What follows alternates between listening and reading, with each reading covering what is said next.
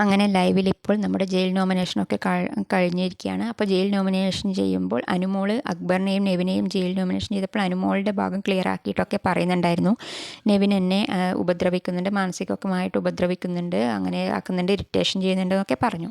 അതിനുശേഷം അക്ബർ വന്നിട്ട് നോമിനേഷൻ ചെയ്യുമ്പോൾ പറഞ്ഞത്, അനുമോൾ ലാലേട്ടൻ്റെ എപ്പിസോഡിൽ എന്നോട് പരസ്യമായിട്ട് മാപ്പ് പറയണം, ബസ്സിലെ ആ സംഭവമായിട്ട് എന്നെ ഉപമിച്ചതൊന്നും ശരിയല്ല, അതിന് പരസ്യമായിട്ട് തന്നെ മാപ്പ് പറയണം. അനുമോൾക്ക് ഗെയിമിനിടയിൽ അങ്ങനെ എന്തെങ്കിലും ഒരു മോശം അനുഭവമോ കാര്യങ്ങളോ അൺകംഫർട്ടബിളായിട്ട് തോന്നിയിട്ടുണ്ടെങ്കിൽ അനുമോൾ അവിടുന്ന് മാറി നിൽക്കണമായിരുന്നു എന്നാണ് അക്ബർ പറഞ്ഞത്. അത് ശരിയാണ്, അനുമോൾക്ക് മാറി നിൽക്കാമായിരുന്നു, ഗെയിം കളിക്കാതെ മാറി നിൽക്കാമായിരുന്നു. ഇത് ഒരാൾക്ക് മാത്രമേ കിട്ടുള്ളൂ. അപ്പോൾ ഞാൻ എൻ്റെ 100% ഗെയിമിലേക്ക് കൊടുക്കുമ്പോൾ അനുമോൾക്കൊരു ബുദ്ധിമുട്ടുണ്ടായിരുന്നെങ്കിൽ അനുമോൾക്കും മാറാമായിരുന്നു എന്ന് അക്ബർ പറയുന്നത് ശരി തന്നെയാണ്. അനുമോൾ അപ്പോൾ ഗെയിം കളിക്കുകയാണ് ചെയ്തത്. അനുമോൾ മാറിയിട്ടുള്ള കരഞ്ഞ് അവിടെ നിലവിളിക്കുകയൊക്കെയാണ് ചെയ്തത്.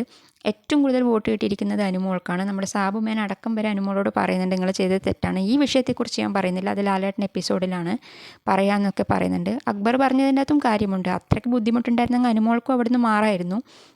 അനുമോൾ മാറിയില്ല, അനുമോൾ എന്നിട്ടും ഗെയിം കളിച്ചു. എന്ത് തന്നെയായാലും ലാലേട്ടൻ്റെ എപ്പിസോഡിൽ കൂടുതലും ചർച്ചയാവാൻ പോകുന്നത് ഈ വിഷയം തന്നെയാണ്. അനുമോൾ മാപ്പ് പറയോ ഇല്ലയോ എന്നുള്ളതൊക്കെ നമുക്ക് ലാലേട്ടൻ്റെ എപ്പിസോഡിൽ കണ്ടു തന്നെ അറിയാം.